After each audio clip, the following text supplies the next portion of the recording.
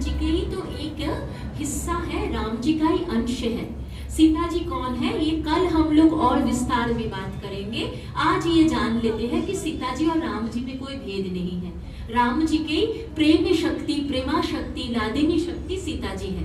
तो वो सीता जी को केवल राम जी का ही स्मरण है, केवल राम जी ही उनके जीवन में है, तो वो अपने चरणों में अपने नयन को स्थिर की है और कुछ वो देखना ही नहीं चाहती है।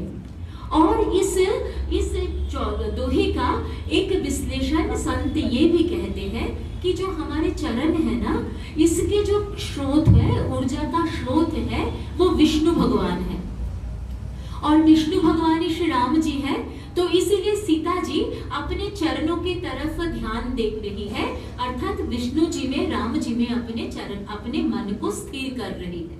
कुछ संत ये भी कहते हैं कि भगवान के एक चरण में सीता जी का चरण होता है, एक चरण श्री राम जी का होता है, और राम जी का भी एक चरण में राम जी के चिन्ह होते हैं, एक चरण में सीता जी के चिन्ह होते हैं। तो इसीलिए सीता जी अपने चरणों में श्री राम जी के पद चिन्हों को निहार रही है और उसमें दृष्टि को बंद करके रखी है, मानो उनको दुनिया से और कुछ नहीं चाहिए, केवल श्री रामचंद्र जी चाहिए। अब आगे क्या घटना श्री हनुमान जी देखते हैं।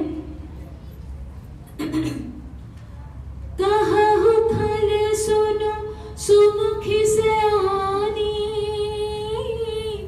मंदोदरी आदि सब रानी, तब अनुचरी करहु मन मोरा,